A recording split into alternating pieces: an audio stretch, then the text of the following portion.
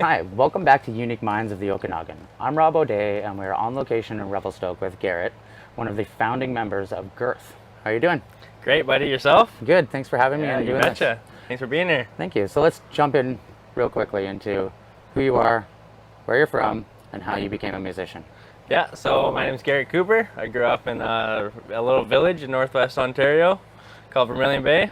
There's about 1,000 people in this town, and my cousin just happened to be a drummer, and I'd go over to his place and watch him, and just loved it. So my mom just begged my mom for a drum kit, and she got me one when I was 8 years old. So I just started just ripping the drums, and eventually we moved to Revelstoke here in BC when I was 12, and yeah, just did my thing here. Eventually got into a band, and that's kind of how my drumming career started. Yeah, been in a bunch of different bands kind of here, but yeah, this is my main one now, Gürth. I love it. I love the name. From Ontario. That's a being young in Ontario. Did you ever get to go to any of like the music that was around there? Not really. Because you're so far we away. grew up 20 hours at least away from Toronto. Wow. In Ontario, so there wasn't a crazy amount of music happening where I was, and I was pretty young. So my first concert I went to was Def Leppard when I was, I think, maybe 10. That's pretty epic. Yeah, that was a good one. That is awesome. I think experiencing concerts at that age is kind of what gets you going. Totally. From Ontario and a small village to Revelstoke, how was that experience? You know, it's perfect size. Yeah. Any bigger, it'd be a little overwhelmed, but yeah, it's still a small town, but it's a lot bigger than where I grew up. So I like this amount of people myself. Fair enough. Yeah, what, 12,000, 13,000? Is that how much is here? Actually, I think it's a little more now. Yeah, It's- it used to be when I grew up here. It's a but beautiful now, area. Yeah. Like, this is probably the third time I've been out here, and every time I come out here, we've stopped at the same spot every year, just because the view is just so Yeah. stunning. But to finally start to dive into the arts culture that is within Revelstoke it's kind of intricate because there are a bunch of unique artists in this town, and it's because it's a winter town. Yeah. But it sports town, I should say, not so much a winter town, but you don't really think as much of arts and bands being here. No, it's Right, true. sports Yeah. is kind of what you get, so that's why I'm really stoked to sit down with you guys, because I want to dive into the Revelstoke music scene. Yeah. So how would you best describe it? And Yeah, aspect of being a it's a musician. lot of solo musicians. There's a lot of kind of folkier. There's actually a pretty decent punk scene here. Really? There's a good amount of kind Love of it. punk bands, and yeah, metal though, yeah, how's the we're metal scene? the metal scene's not very good in Revelstoke. No? There are a lot of DJs and stuff too. Yeah, metal's not huge, so that's why we're stoked to get our album going and send it away to Vancouver and Kelowna and everywhere around, so we could start getting some shows out of it. But we do have a bit of a following for yeah, people in Revelstoke coming to watch our shows, and That's awesome. yeah. How are the shows here? Like, how are the fans? I'm curious because like I've you see different like pockets within BC's music scene that are some are thriving and some are declining. And I can tell you from what I've seen, Kelowna is slowly in the metal scene, punk scene declining because of its oversaturation. Yeah, okay. But a lot of people want to come to Revelstoke, Yeah. and I think that opportunity is like to build the metal scene here. Yeah. It's right there because it's perfect transition point, Yeah. right? Like Golden Banff, you want to go on tour. Right. So, Well, we're trying to get her going. and that's what I'm gonna say. Like, There is how is another band. I think there is another metal band too. Maybe at least one or two more, maybe. And so hopefully, eventually, we get more and more people and people liking it. how do you find like these shows, like booking shows? Is it difficult to find venues that are willing to do metal here? Yeah, kind of. There's only a select few places that we could really play. There's not too many places to play. Yeah, so Fair enough. it is what it is, I guess. Yeah, it's BC music scene, right? That's why I find it entertaining when I find people who are from Ontario, like my guitar player's from Ontario, Yeah, and he came from such a big music scene coming to BC, and it's this huge transition. And every individual area kind of has its own transitions and demographic for metal, and not just metal, but music. But we play in a genre that is very, Yeah. very swept under the rug, and you see it's got a powerful connection. AMF brings a ton of people through, and I think that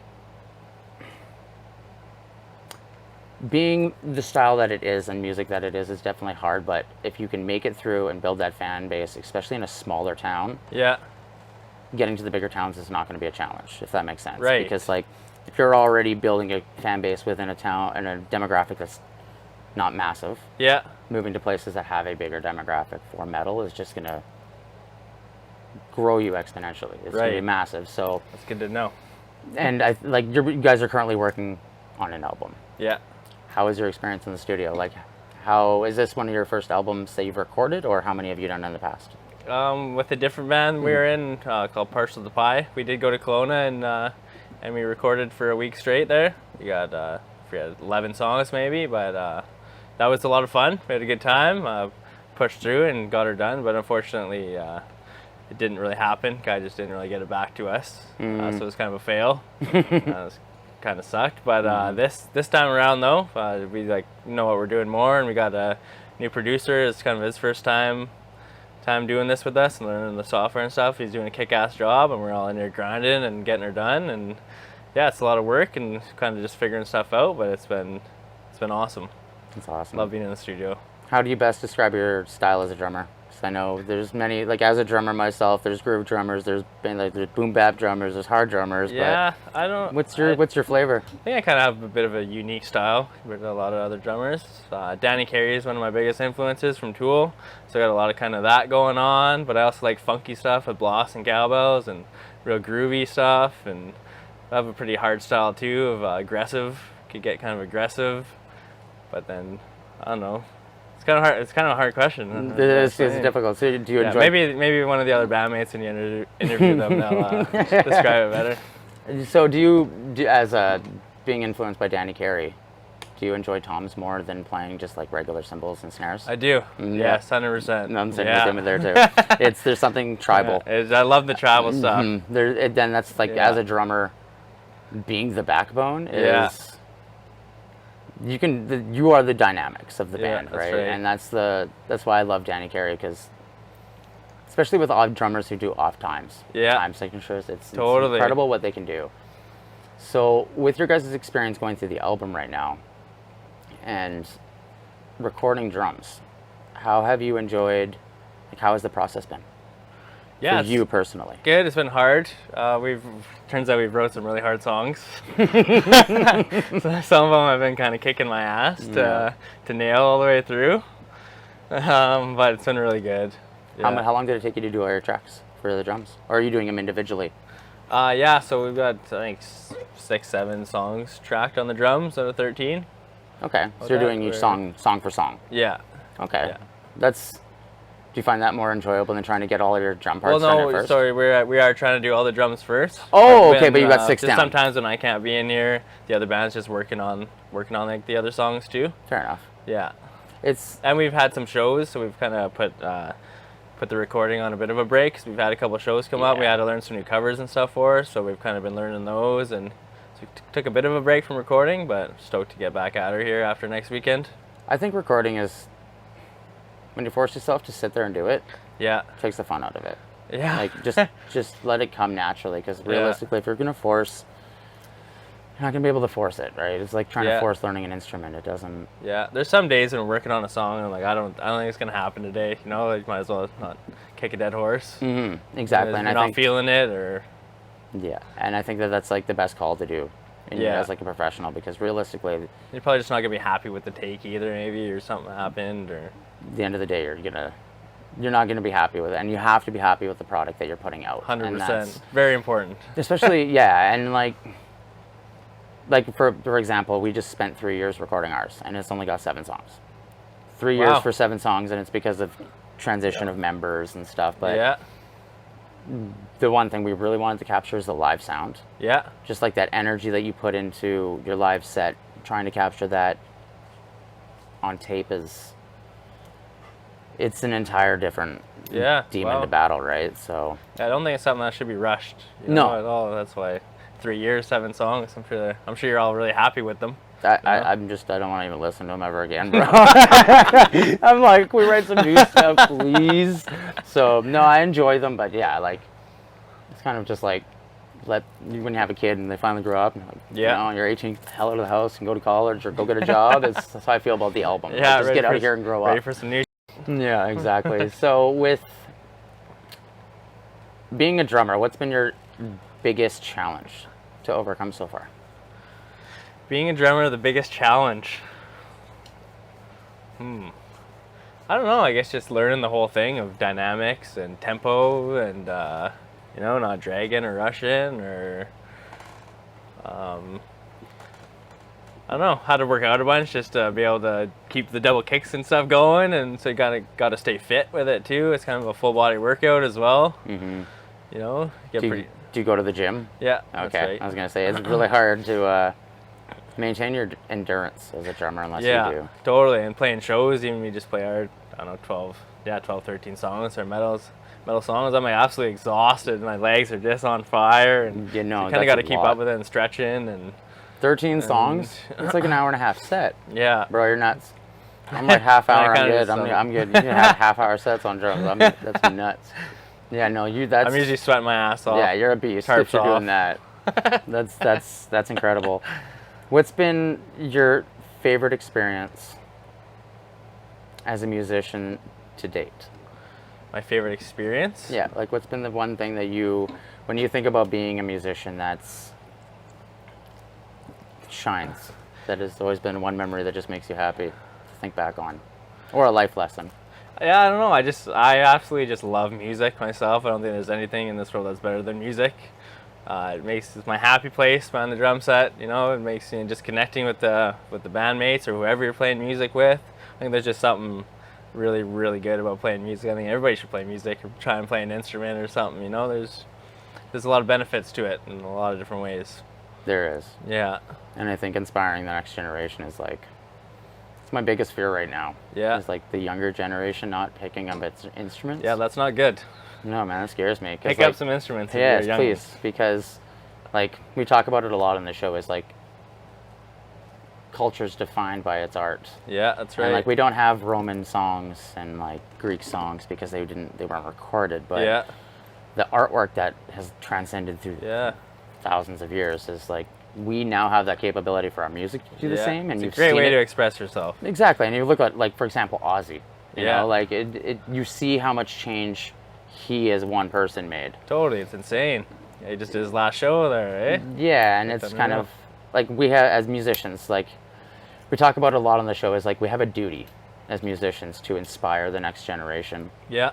And it's not just to like write music and good music, but to like be the rock stars for the next gen. Yeah, totally. And I teach drum lessons too. Oh, do you? On the kid here behind us, and yeah, from people that come in first times, just seeing how stoked that they get to be on the kit, learn and stuff. There's just a pure happiness that comes from it, and it feels good to pass it on to people, and they're always happy, always happy. Do you have any students that have started bands themselves? I did have one, yeah. Kaysen Newsom was his name. He's my little prodigy. And then he moved away to Germany. Oh, wow. Yeah, but he was in a band here. Yeah, it was pretty cool. Does he still do music out there? Growth. I honestly don't even know if he is. I'm not sure. I don't know if he has that much time for it anymore. That'd be so cool. Totally. It inspiring. Like we held a hip hop show last night in Salmon Arm, and we had one younger kid go. He was interested in the DJ. So he came and watched my buddy Doug DJing, and just like it's that moment of seeing the younger kid like interested in an instrument and being taught is like, I love that mentality of teaching, and I think like it's good to be a teacher. Like I'm like that makes me happy that you're continuing to thank you, push art, your art, and your vision of what your art is. To a younger generation, and not even a younger generation, but like it could be older people, right? Exactly. Yeah. Like, do you find that you have older people? Learning what? Yeah. Now? I actually had one that didn't end up working out, but there's a woman that was, I think she was 65, around there. She was living in Lumbee that reached out. She wanted to come take some drum lessons, like drive down with me. I don't know what happened, but that fell through. But I've had anywhere from 40-year-olds, 30-year-olds, kind of big range, you know, of people. You're seeing it a lot more. Yeah. Is older people who, I guess it's them retiring, but they're finding their own hobbies now. But you're finding a lot of more bands that are in their 40s and 50s that are making it big Yeah. later in life versus like they're picking the cream of the crop. Right. So it's kind of like inspiring because it's like you're never too old to be able to Exactly. make it as a musician Totally. nowadays, right? Yeah. And you guys are kind of like, as like you said, you're 4 years in and you want to start expanding. You've got your album coming. Mm-hmm. You have all the fun stuff coming ahead of you guys, but it's also the hard work that's coming ahead of you. Exactly, right. It's the grind, the writing and recording, that's the fun part. That is the fun part, right? totally. So, but like the business aspect and the bookings is like, that's a whole other beast. And Yeah, it's, 100%. it really kind of separates you. Like you see who wants to be part of that movement with you, kind of a thing. Yeah. And you see the fan base that builds behind that as well, because once you start to push out, it almost becomes like an addiction. Like you want to be on the road constantly and playing, right? So it becomes, and like it's just like playing one show. Like how hyped are you after your set? So hyped. You're not going to bed till 3 in the morning. Exactly, You know what I mean? right? Like No you don't matter have to. what. Yeah, exactly. Yeah. So it becomes very addicting. Yeah. And even like when you're not as a performer and you just do it with your friends, like there's this weird, it's the one art that I feel is very like you have to be, you can write music by yourself. Like you can play guitar and write music, but it is meant to be done with other people. Yeah, totally. It has to be, because it is just such a deep emotional thing. And as a drummer, everybody has such good ideas, and you can think it's going this way or that way. You got this vision, but then all of a sudden it's just this crazy big thing that you didn't even see coming. Just, yeah, totally. and it's this weird telepathy, right? Like you know where the guitar player is going to go and where the bassist is going to move to without even having to look at each other while you're on stage, because their backs are facing you. And that's the thing, is like, as the guitar players are always looking at the fans. Yeah. As the drummer, you're always watching the body movement and the unintentional messages that are coming from your bandmates as cues. It's true. Like the shoulder drop, oh, we're going into something. And Yeah, like, things like that people don't really take for granted, because drummers are just like flailing everywhere, on time, hitting that, watching, paying attention. There's a lot going on. Dude, it's so much. And like the best multitaskers. And I feel like, do you find yourself really good at multitasking outside? Yeah, for sure. And that's, I think it, like, as drummers, like that is a very common thing that you find. Especially like musicians in general, we're really good at multitasking, but drummers, like, there's something about being able to control all 4 limbs, your brain, your eyes, your breathing, your core, because your legs are moving. It's all core. That's true. And it's like, there's a lot of things that people don't take account as the drummers. Yeah. I think that's why drummers like Danny Carey, Travis Barker, highly overrated in my mind. I think he 100% is too. He's just super fit. Yeah. You know what I mean? And you have to be fit to master your art. Like, luckily, as a guitar player, like I don't have to work out. You know what I mean? Like I just have to make sure I'm picking up my instrument and practicing. That's where you have to be physical at least an hour a day. Yeah, I can't be getting worn just out to on the maintain. stage. Yeah, right. So exactly. Yeah, me and my bandmate there, Jesse Booth, the singer, guitar player, we've been playing probably 15, 16 years at least together. That's crazy. Bands before this too, a couple bands before this, and yeah, our chemistry is pretty on point. We could always tell where we're both gonna kind of switch it up and all that stuff, so it's pretty cool as well. Especially after that many years. Yeah. There's this... the connection that you kind of just get. And it's hard to describe. Like if you were to try and put that into words, how would you? You just can't. know. There's no English word to describe that connection between bandmates. And it's like, I always get really frustrated trying to like not frustrated, but like flustered trying to express that to people who don't understand it. And it's like, you go and watch a show and you stand, you like pay $20, you drink, you listen to the song, and then you chat to your friends. It's like there's so much going into that 30 seconds that you gave it that you don't really understand. So it's like, as musicians, it's very like, we torture ourselves because we constantly want to put out this art and be as good as we and can. be as good as we can for it to like hopefully be heard. As where like a lot of other art forms are, if they put in the same amount of effort, they'd already be like stars. You know what I mean? Like actors and things. It's, because it is the industry that we're in, it's also very, I don't want to say impossible to get where we want to be nowadays, unless you think of it differently, but it is very possible. Very hard. Yeah. It is, because it's so flooded, and how do you be original when everything's been done? Like Simpsons said it, you know? Right? Yeah, exactly. Like South Park, Simpsons Yeah. did it. So exactly, South yes. Park. And that is a very valid point, because that's where you start to see these like weird genres. Like I think that's why Yeah. nu metal was created. Yeah. I love nu metal. I love nu metal Me so too. much. And I think it's one just of our my age favorites. range, right? Like Yeah. nu metal is Totally. the perfect blend of everything Like we wanted. hip hop and screaming and yeah. And then there's been a weird evolution of music too. We went from like symphonies, like caveman with caves and drums, to creating these stringed instruments, to creating symphonies with Bach and Beethoven. Yeah. And then all of a sudden we're like hair metal. And now we're slowly on the rise again of that like musicianship, like with bands like Polyphia and Tool. Yeah. But I think just like trying to get that. So metal has always been like the most talented musicians will play metal, because it's us pushing ourselves to the ultimate limit. Totally. Or jazz or metal. Yeah. You go one way or you go the other. It's either you like soft music, you go jazz. You like heavy music, you go metal. Mm-hmm. But You just get real technical. You really push yourself. exactly. into But that. if you were to look at it like sports, music Yeah. is sports. We'd be the pro athletes of the music world as metal musicians or jazz musicians. Good way to put it.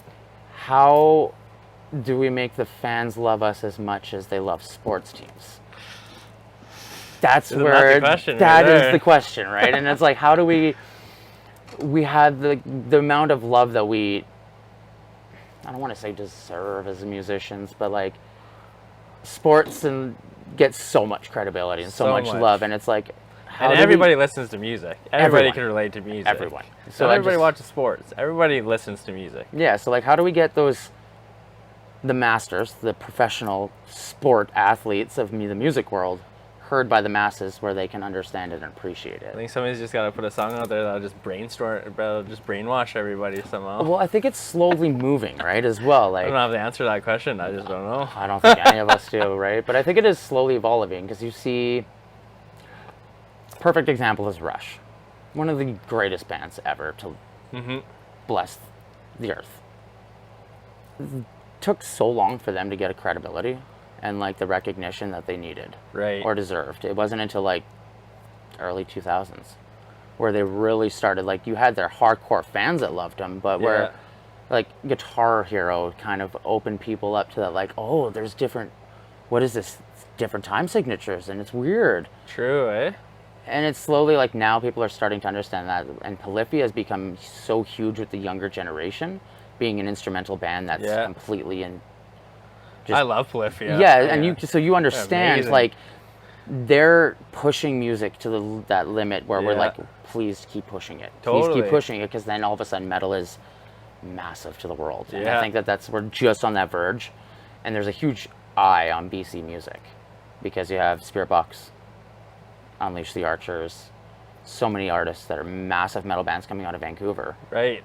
that moved to Vancouver. So it's like there's a spotlight on. Spirit Box is from. They're from Victoria. Oh, they are. Yeah, eh? so Oh, I they're the didn't actually biggest know that. band. Crazy. Probably the biggest band in the world Yeah. at the they're- moment, and right. they're BC. So there's a big eye from the music industry watching what else is in the metal scene from BC.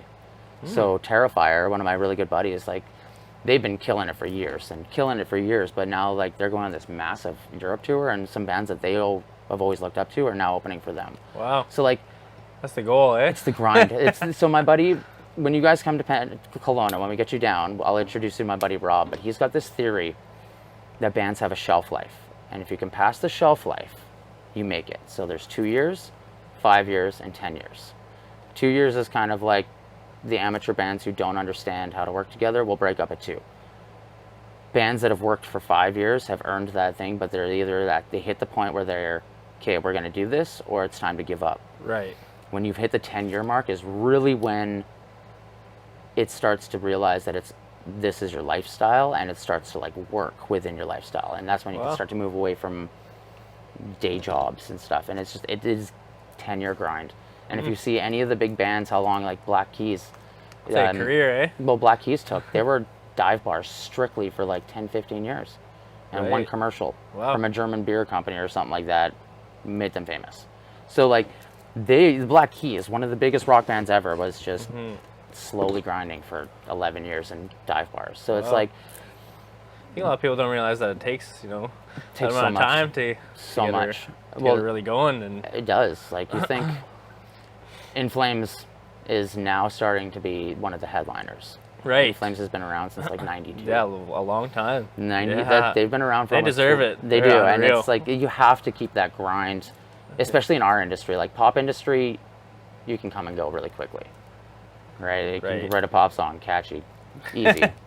But when you're writing music that lasts forever, whether it be rock, metal, or symphonies, even, there's something different about that. And I think that the effort that's put into it will eventually get that love, but it's not like a instant gratification. And I think that's what the music industry is based on right now, is a lot of instant gratification. And that's why bands have a hard time getting it. Like, they take the long grind. Yeah. The long grind seems like it's not worth it. Neither is the instant gratification. One-hit wonders don't really get anywhere, right? Right. So, as musicians, it's definitely difficult for us to tread the waters. Yeah. Buggy. Yeah. they'll fly Tread the around waters it. of which isn't right for us. Because, like, personally, I can't stand social media. Yeah. I can't stand it. I like making music. I like performing with But my it's friends. very important to it. Right? But it's like, as a musician, Yeah. that's like I don't like it either. 40% of our entire thing is now focused on how Yeah. to promote. And it's difficult. And I think the grind that we have as artists, I think Yeah. that's the hardest thing, is to like accept.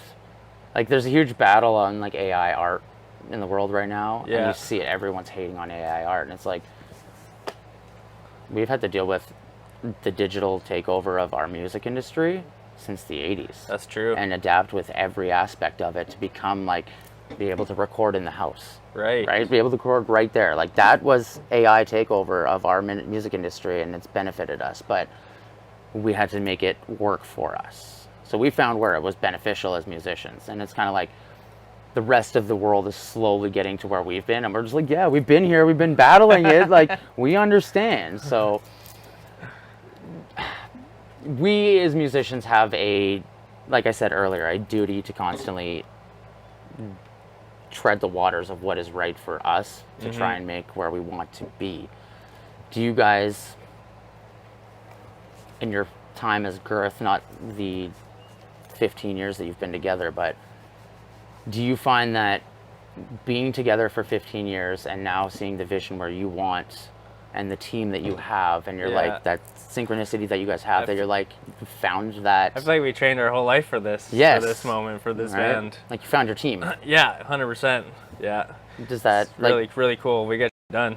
Yeah, that's great. all that Good writing matters. process and rock out good together. We are really good friends. Yeah, it's perfect. I think it's right where we want to be. You know, I think there's things to come. I'm looking at, sorry, I'm sidetracked. I just looked at the fridge and just realized that you guys have played with my brother's farm. Yeah, from Awesome, Kelowna. awesome guys. Unreal guys. Yeah, They're that's very good people. Yeah, we interviewed Lucas a couple weeks ago, so he is. Those good boys, you want a hard working grind. Yeah, That's it. totally. Those guys right there. Like, I don't understand how those guys grind so hard, and the biggest smile on their face. I love those guys. It's insane. It's insane. Great people. Mm-hmm. Yeah, and they play very well. Very well. Besides music, what kind of hobbies do you have? I snowboard and skateboard. I like to fish and camp.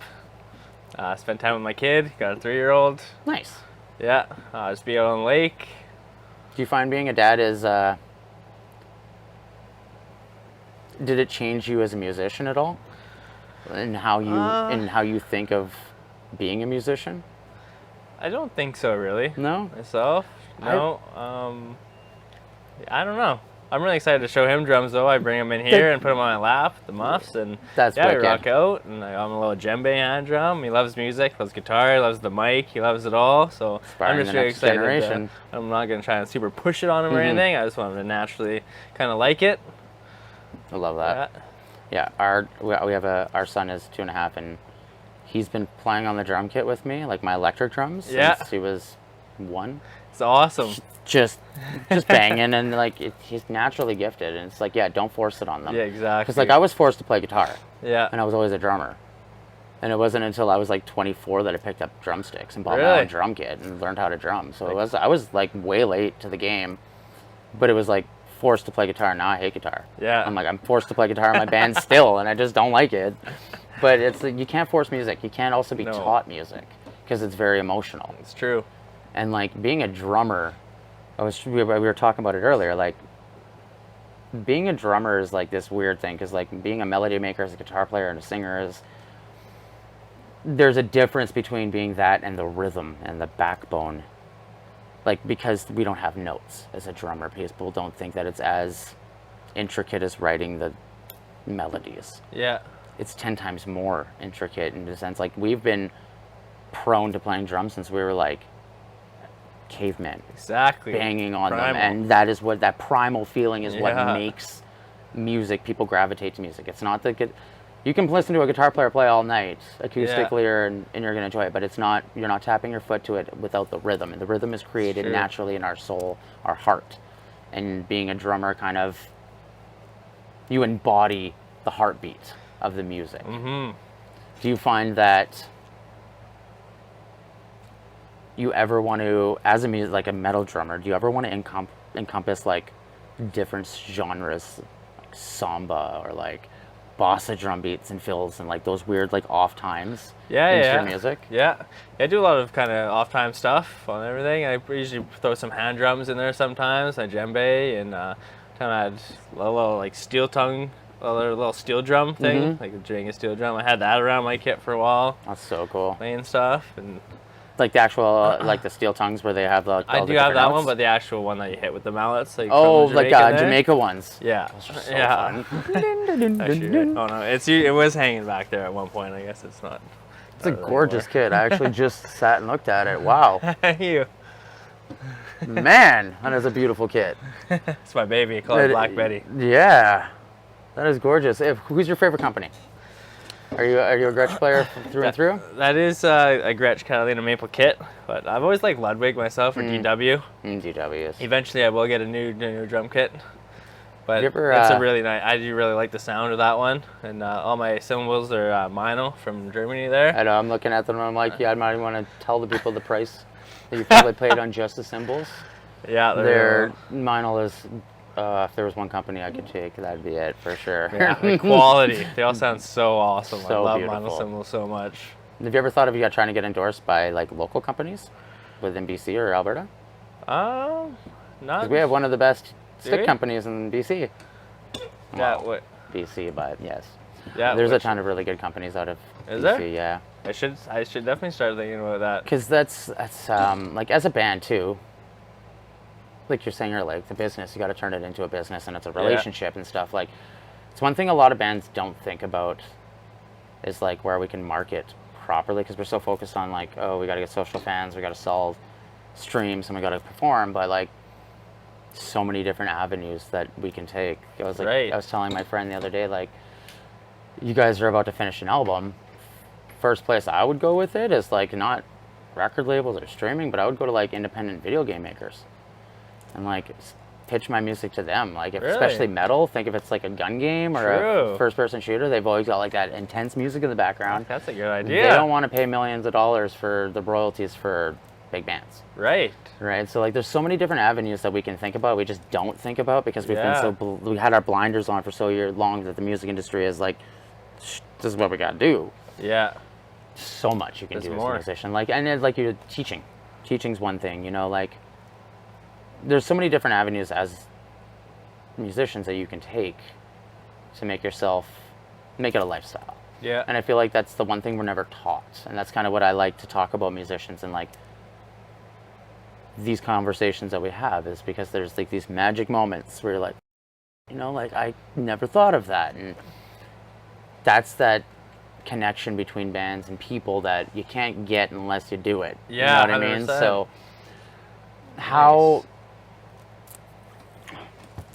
do I phrase this without sounding like a total idiot? If you were to take any experience that you've had that was not detrimental, but that was a hard moment for you to work through as a drummer, whether that be like a specific band breakup or, you know, like there's a specific technique that you're just struggling to do, like whether it's heel toe or something. Like, how do you get through that yourself personally and push yourself to move through that without being frustrated with yourself to the point of wanting to get off the instrument? Sometimes if there's, you know, if you're like, for example, you're saying the heel toe, if you're just trying to grind something, it's just not, you can't quite get it. I would say like just take a break and, you know, work on some other stuff, come back, keep kind of taking a break, coming back to it, but don't ever, you know, kind of just ditch it because you can't do it. Or trying to work some different techniques out that'll like, that's not that technique, but they're kind of like, they work with that technique, so you can kind of practice different movements that'll make that movement better. Has there ever been a technique that you had a hard time with that you ended up finding a specific like quirky trick that worked for you? Because I know, for example, Lamb of God's old drummer, Chris Adler, had the longboard pedals, and that was what helped him get the triplets with his foot. Right. And it was just this weird quirky thing that he figured out one day. The swivel technique. Yeah, and there? it made him that's what made his sound. You know what I mean? Like, have you found anything that you would like, your quirky own little thing that makes you as a drummer that you're like, that's me? Because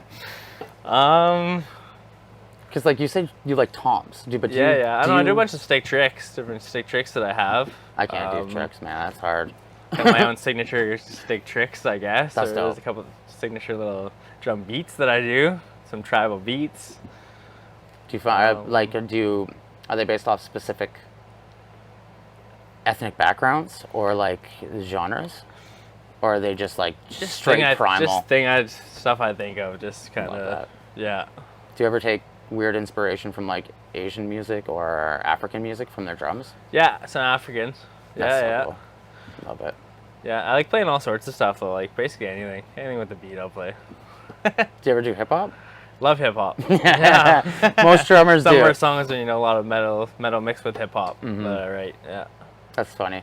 Out of your favorite genres of music, what would be your top 3 genres?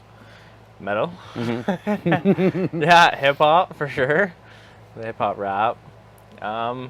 Is there any random one that you're just like a guilty pleasure? You're like, I like samba, or like I like Latin music. Yeah, not really. Probably just that I also enjoy EDM myself. Yeah. Do you find that makes you like? Does EDM, as a fan of EDM, has that helped you? Like, do you find you use electronic dynamics in metal? Yeah, sometimes for sure. I think that's smart. I think that's one thing that EDM has over every other genre is the mathematical structure they have. Yeah. For their tension release is what we need to do and implement before breakdowns. Something about it, if you just get that, and then you have your heavy metal break call, and then all of a sudden drop into it, and it's like that is what would make the best breakdowns. 100%. There's a lot to learn from that. There's a lot of really cool things out there too. Have you seen Hot Hands? Hot Hands? Yes. If not, I'm gonna show you guys Hot Hands. Okay? Because it is the coolest thing ever. It's a pedal and a ring for the guitar player and the bass player, and it makes their instrument into dubstep. So they can just like whoa, whoa, whoa. No way. way. They're doing all the wobbles with their hand to awesome. the pickup. Crazy. I want to see that implemented with drums too. Wow. Have you ever thought of looping? Looping, I have thought of looping. That'd be we actually have a loop pedal around here. Do I you? wouldn't mind getting some knowledge on to be able to loop. Because I've been seeing that becoming a huge thing lately, and it's like, it's almost mind-blowing. Like, I perform with a guy, his name's Unknown Persona, and he does a live looping hip-hop on stage in front of people, and it's pretty incredible. Yeah, there's a lot you can do. A lot of big variety of stuff you can do with it. It's pretty crazy. If you had any advice to give aspiring musicians that would help them in their pursuit, in their career, what do you think it would be? I don't know. I think just don't give up. You know, keep grinding and keep playing music and keep trying to get better. And whatever you play, just keep working at it. Don't give it up. Or play multiple instruments. I guess that's it, really. Awesome. Yes. I think we're at our time, so I want to thank you for doing this. Right on. Thank you so much. It's been great. Can't wait to. I might actually get you to sneak on some the drums. I kind of want to hear. Oh, I want to hear no some problem. drumming a little bit. So, we'll catch you guys next time.